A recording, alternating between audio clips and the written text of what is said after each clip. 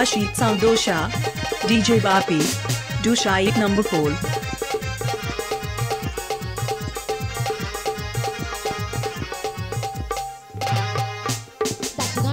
চলো মা চলো, আজ আমাদের বাসর দেখা হয়ে গেছে, আমরা এই মুহূর্তে গৃহে ফিরে যাব। তাই চলো মা।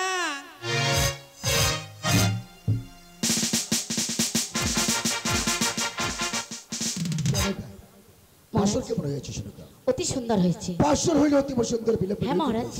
যে অন্তপুর মাঝে যদি পারো একটি বার দ্বিজবর মহাশয়কে পাঠিয়ে দাও শুনুকা। মহারাজ, আমি যে বাসর মাঝে একটি সুন্দর জিনিস পেয়েছি। আবার কিভাবে পেলে শুনুকা? পঞ্চকুড়ি লোহের কলাই। কামারেরা কর্ম করতে গিয়ে কিছু লুয়ে টুকরা ফেলে গিয়েছে। না মহারাজ, ওই যে সামান্য পঞ্চকুড়ি লোহের কলাই নয়, ওই পঞ্চকুড়ি লোহের কলাই নিয়ে ঘটক দ্বিজবরের হাতে দিয়ে বলবে কন্যার সন্ধানে যেতে, আর যে কন্যা অনিমেষে রন্ধন করবে সেই হবে আমার একমাত্র পুত্র। বলবে ঠিকই বলেছো শুনুকা।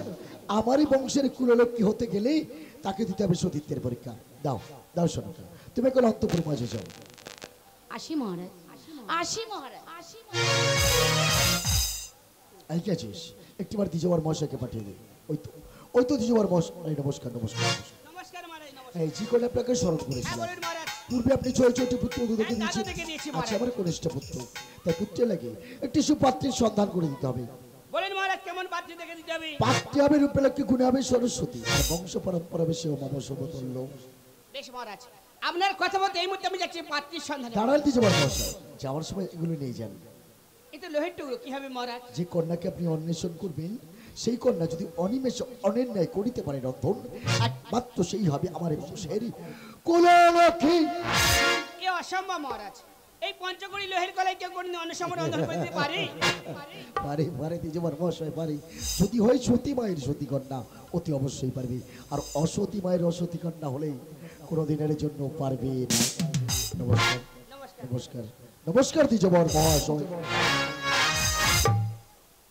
তাই তো মহারাজের কথা মতো যেতে হবে একটি পাত্রীর সন্ধানে।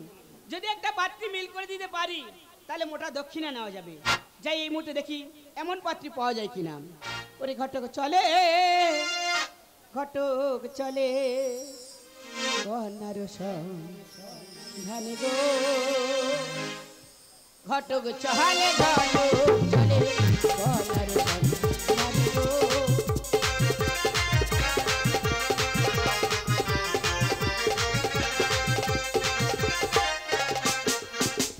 পূর্ব দিকে চলে ঘটক কন্যার সন্ধানে গো,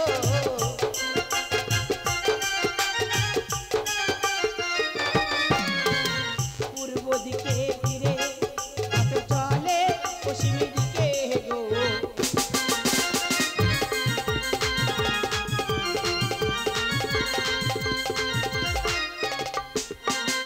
ধীরে ধীরে চলে ঘটক দক্ষিণ দিকে গো,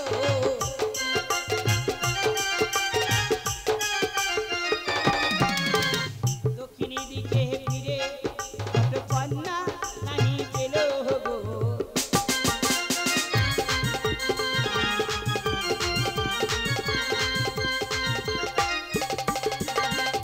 উত্তরেতে উজানি নগর সায় রাজার বাড়ি গো,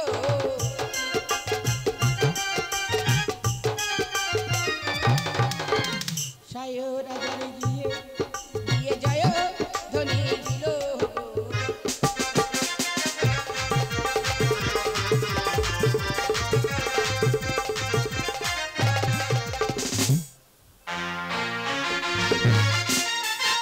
তাই তো দিনের পর দিন বেহুলা বড় হতে চলেছে। না না, আমি কি করি, আমার দিয়েবারকে পাঠিয়ে দেব একটা পত্রেই সন্ধান। কে আপনি? আমার সম্মুখে আসুন। নমস্কার। কি বাত নাম আর কোথায় দেবো ধাম আর কিরমিতে আসিয়াছ এটা? মহারাজ, আমার নাম হলো মধু ঘটক। লোক মুখে শুনিয়াছে আপনার একটি অবিবাহিত কন্যা আছে মহারাজ। হ্যাঁ আছে। বিবাহ দেবেন মহারাজ? ধনী মানে কুলে শিলে যদি হয় আমার সমান, সেই ঘরে মম কন্যাকে করতে পারি দান। বলুন পুত্রের কি বাত নাম আর কোথায় তব ধাম? তাহলে শুনুন মহারাজ, চম্পকনগরে ঘরে বনিশ্রেষ্ঠ চাঁদ সদাগর, তার একটি মাত্র পুত্র দুর্লভ লক্ষিন্দর। বাহ, অতীব সুন্দর পাত্রের সম্মান দিয়েছ। আমি কথা দিচ্ছি ওইখানে আমার কন্যার আমি বিবাহ দেব। আপনি বিশ্রামাগারে বিশ্রাম করুন, আমি আপনাকে যথাসময় ডেকে নেব। আসুন তাহলে, নমস্কার। তাই তো, এই সংবাদটা আমার অমলা নিকটে পাঠাতে হবে।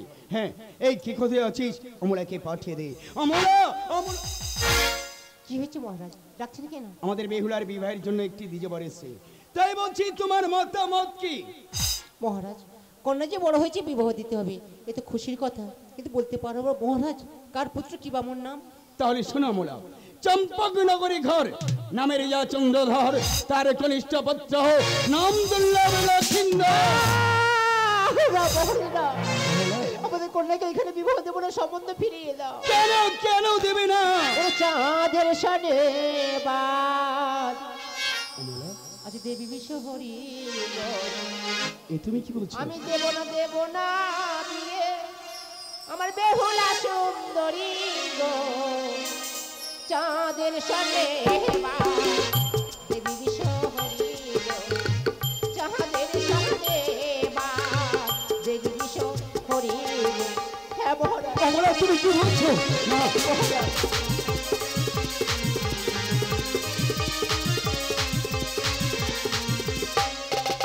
তোমরা কেউ শুনেছ কোন কালে পান্তা খেয়ে পুত্র মরে? এ তুমি কি বলছো? আর কেউ শুনেছ কোন কালে পান্তা খেয়ে পুত্র মরে? আর ছয় বধূ আড়ি ঘরে পরমা সুন্দরী গো, অমলা, তাহাদের সনে বাদ দেবী বিশ্বহরি গো, তাহাদের সনে বাদ দেবী বিশ্বহরি গো। হাসছো কেন মহারাজ? তুমি আমাকে হাসালে।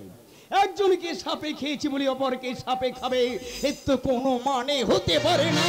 কিন্তু বলতে পারো মহারাজ, বেহুলা যে আমাদের একটিমাত্র কন্যা, আমরা জেনে শুনে কেমন ভাবে সেইখানে বিবাহ দেবো বলুন? উপায় নেই, আমি দ্বিজবাড়ির সঙ্গে কথা দিয়ে ফেলেছি। তাহলে কি আমার কথার কোনো দাম থাকবে না? এ কি বলছো মহারাজ? এমন আমি কথা দিয়ে আমাকে ফেলেছি। না জানিয়ে কথা দিয়েছো মহারাজ গো। কথা যখন দিয়েছি একটি উপায় আছে কি ব্যাপার? মহারাজ। তুমি দ্বিজবরকে এই কথা বলবে, আমাদের 12 বছরের কন্যার জন্য স্বর্ণ চাই। অমলা, হ্যাঁ মহারাজ। আর আমাদের কন্যার জন্য স্বর্ণ দিতে পারবে না, আর সেইখানে বিবাহ দেব না। অমলা, তুমি নারী হলে বুদ্ধিমতী। যাও যাও, তুমি রাজন্তপুরের মধ্যে এর সুব্যবস্থা আমি করছি। বেশ মহারাজ, এই কথা বলে দ্বিজবরকে ফিরিয়ে দিও। আমি আসছি মহারাজ, এসো। আসছি। অমলা ঠিকই কথা বলেছে। আমি জেনে শুনে আমার কন্যাকে তো সাপেক্ষে করে ঘরে বিবাহ দিতে পারি না। না না, এই সংবাদটা মহারাজ, সংবাদ কি মহারাজ? আমার কন্যাকে আমি বিবাহ দেব বলেছিলাম, হ্যাঁ মহারাজ। কিন্তু কোনো কারণবশত আমার কন্যার আমি বিবাহ দেব না। মহারাজ, কারণটা কি জানতে পারি কি? আমার ছোট্ট একটি পণ ছিল দিয়ে যাব। বলুন মহারাজ। পন্টলে আমার কন্যা দেখতে দেখতে 12 বছর হয়ে গেছে। একটা হতে পারে। এই 12 বছরের কন্যার জন্য যে বা রাজা কিংবা রাজপুত্র স্বর্ণ দিতে পারবে, সেইখানে আমার কন্যাকে আমি বিবাহ দেব, নতুবা বিবাহ দেব না। মহারাজ, 12 বছরের কন্যার জন্য স্বর্ণ আমি কোথায় পাবো? আমি দিতে পারবো না মহারাজ। তাহলে আসতে পারেন। ফিরে যাবো মহারাজ। আমি আপনাকে একটা সুযোগ দিচ্ছি। হ্যাঁ বলুন মহারাজ। আমি আপনাকে 1 সপ্তাহ সময় দিচ্ছি। যদি স্বর্ণ দিতে পারেন তাহলে আসবেন এই রাজসভায়, নতুবা কোনো দিনের জন্য মুখ যেন আর না দেখি। আশা করি কথাটা মাথায় রাখবেন। বেশ মহারাজ, আপনার কথা মতো আমি ফিরেই যাচ্ছি। যদি স্বর্ণ জোগাড় করতে পারি তাহলে আবার আসবো, তা নাহলে কোনোদিন আসবো না মহারাজ। আসুন তাহলে। নমস্কার মহারাজ। নমস্কার। তাই তো, আমার দিয়ে এবারকে পাঠিয়ে দেব একটা পাত্রে সুন্দরে। ওরে ঘটক ফিরে চলে আমার মনের দুঃখেতে গো,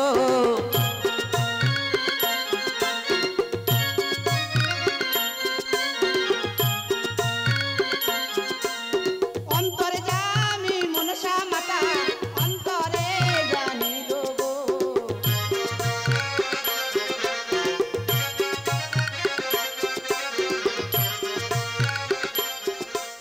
ছল করে মনসা মাতা ধুলা খেলা করে গো।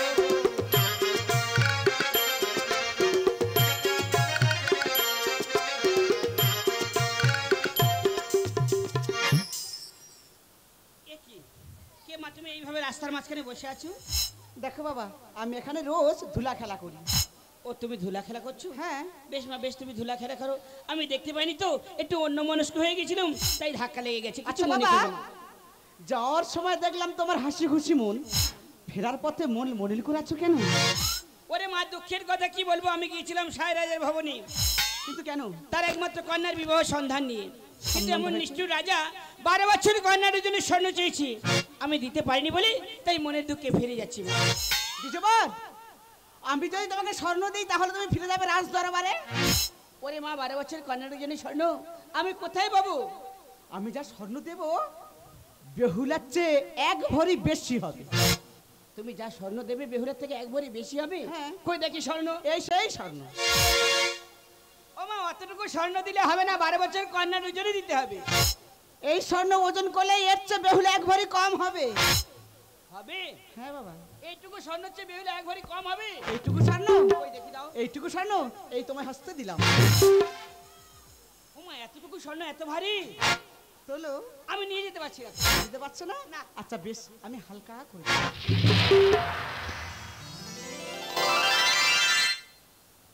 এবার হালকা হয়ে গেল কি করে? ও মা, হবে তো? হবে বাবা। বেশ মা বেশ, তোমারই কথা মতো এই মুহূর্তে চললাম সেই সায়রাজের ভবনে।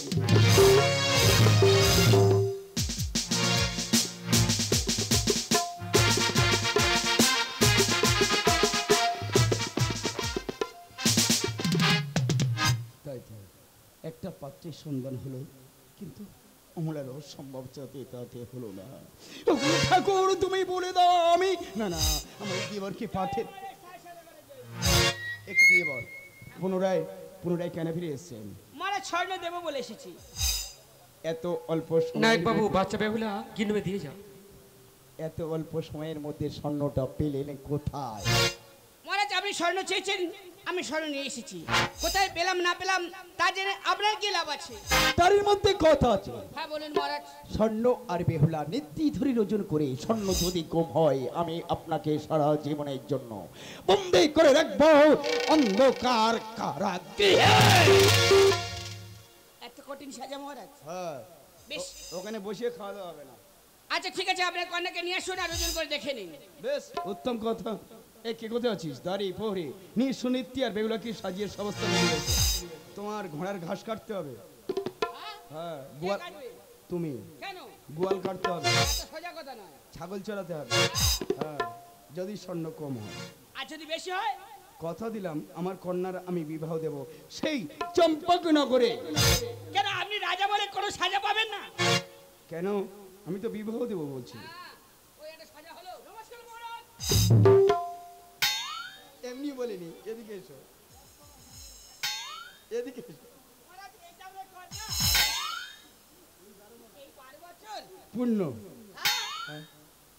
আমার তো কেমন সন্দেহ মনে হচ্ছে। কুষ্টি আছে, দেখে নিতে পারো। কার কাছে আছে? আমার কাছে আছে। আপনার কাছে আছে? আপনার কন্যা যখন আপনি বলছেন 12 বছর, কি করে হয় আমি কিছু বুঝতে পারি না।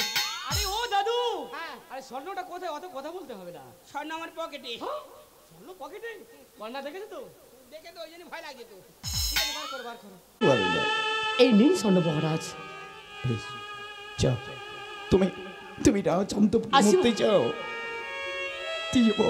হ্যাঁ মহারাজ। আমি যে মন চেয়েছিলাম আপনি যখন পূরণ করেছেন, আমি কথা দিচ্ছি আমার কন্যার আমি ওই চব্য